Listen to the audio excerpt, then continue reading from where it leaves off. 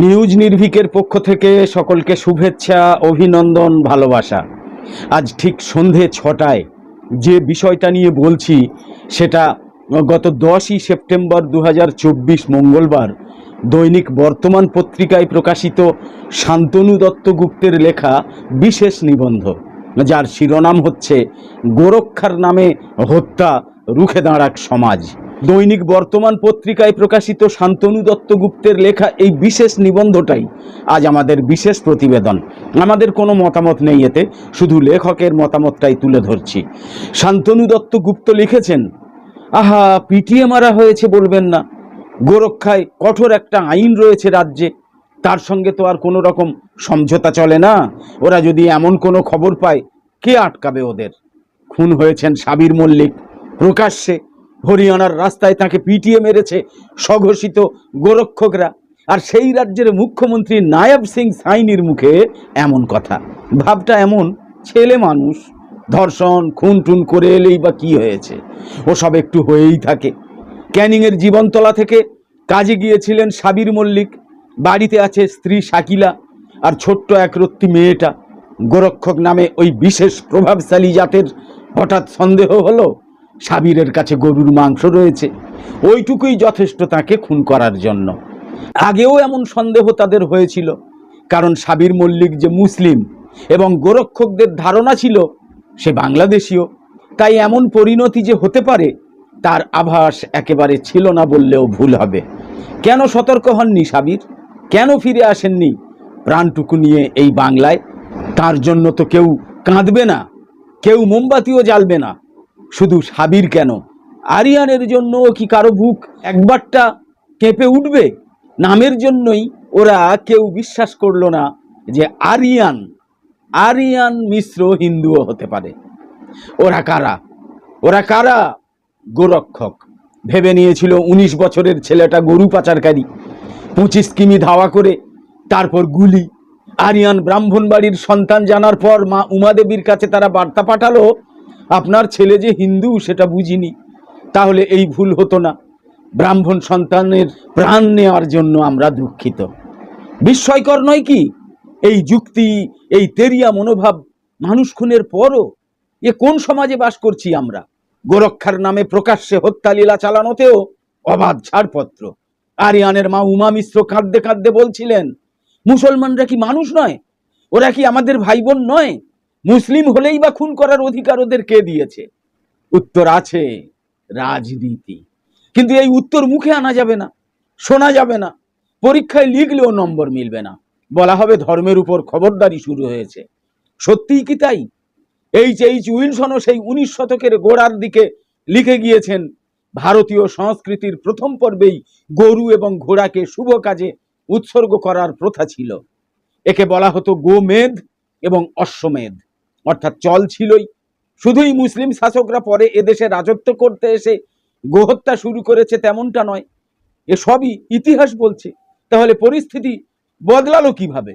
এক্ষেত্রে সব থেকে বেশি চর্চিত থিওরিটা হলো, মুসলমান শাসকদের জমানায় হিন্দুরা যাতে এককাট্টা হয়ে প্রতিরোধ করতে পারে সেজন্য একটা কারণ বা বিষয়বস্তু সামনে রাখার প্রয়োজন ছিল। সেই কাজটা করেছিল গোমাতা। সস্তায় পুষ্টিকর বলে গরিব মুসলিম পরিবারের অনেকেই গোমাংস খেতেন। হিন্দুরা তার বিরুদ্ধেই প্রতিরোধ গড়ে তুলেছিলেন, গোহত্যা বন্ধ করতে হবে। সেটাই হিন্দুদের জোটবদ্ধ হতে সাহায্য করেছিল। আর এই সমীকরণে সামনে থেকে নেতৃত্ব দিয়েছিলেন ছত্রপতি শিবাজি। 1870 সালে পাঞ্জাবে প্রথমবার আন্দোলনের ঢঙে পথে নামলো শিখ কুকা সম্প্রদায়। আর 1882 সালে দয়ানন্দ সরস্বতীর নেতৃত্বে গড়ে উঠল প্রথম গোরক্ষিণী সভা। সেই সঙ্গে রাজনীতির অলিন্দে পাকাপাকিভাবে ঢুকে পড়লেন গোমাতা। 1880 থেকে 90 এই 10 বছরে গোমাতার ভারতের কোনায় কোনায় এই ইস্যুতে একের পর এক দাঙ্গা হলো। সাম্প্রদায়িক রঙের গুঁড়ো ছড়ানোর সঙ্গে সঙ্গে মুসলিম বিরোধিতার ভিত আরো শক্ত করলো গেরুয়া কট্টরপন্থীরা। জন্মসূত্রে প্রাপ্ত মানবিকতার থেকে বড় হয়ে উঠল উত্তরাধিকার বা কনভার্সন সূত্রে পাওয়া ধর্ম। 1893 সালে আজমগড় থেকে সূত্রপাত হওয়া এমনই এক সাম্প্রদায়িক সংঘর্ষে দেশ জুড়ে প্রাণ গিয়েছিল শতাধিক মানুষের। 1912 সালে অযোধ্যা, 1917 সালে শাহাবাদ অন্তবিহীন সেই হিংসা। স্বাধীনতার পর সংবিধানে এই প্রবণতা নিয়ন্ত্রণের চেষ্টা করা হলো ঠিকই, কিন্তু খাদ্যাভ্যাস তো একান্তই ব্যক্তিগত, মৌলিক অধিকারও বটে। সেখানে সরকার রুল জারি করবে কিভাবে? তারপরও চাপ বাড়াতে 1966 সালে প্রায় সব গেরুয়াপন্থী দল এবং সংগঠন একজোট হলো। সংসদের সামনেই চলল সাম্প্রদায়িক সংঘর্ষ, মৃত্যু হলো 8 জনের, জখম বহু। গোমাতা নিজেও জানতে পারলেন না কখন তিনি রাজনীতির এলিট ক্লাসের ঘুঁটি হয়ে গিয়েছেন। জনসংঘ থেকে বিজেপির নবজন্মের পর এই রাজনীতির 16 কলা পূর্ণ হলো, আর স্বঘোষিত গোরক্ষকরা ডাবল ইঞ্জিন রাজ্যে ডানা মেলতে শুরু করলো মোদি জমানায়। সঙ্গে লাভ জিহাদ, হিন্দু রাষ্ট্রের হুঙ্কার, উস্কানিমূলক সিএ। লক্ষ্য করার মতো বিষয় হলো, ভোট দুয়ারে কড়া নাড়তে শুরু করলেই এই গোভক্ষক বা লাভ জিহাদের বিরুদ্ধপন্থীরা ঠিকানা বদলে দরজায় খিল দিয়ে বসে যায়। ভোট মিটতে আবার শুরু হয় তাদের তাণ্ডব। ইঙ্গিতটা বোঝার জন্য আইনস্টাইন হওয়ার প্রয়োজন নেই। আর এটাই রাজনীতি, ক্ষমতার অলিন্দে অবাধ বিচরণের লক্ষ্যে সামান্য ঘুঁটি চালাচালি। আজও সেটাই হচ্ছে।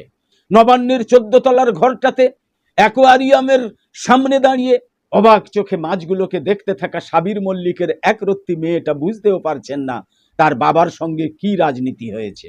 সে শুধু জানে বাবা ফেরেনি, কিন্তু সে কি জানে তার বাবা আর ফিরবে না?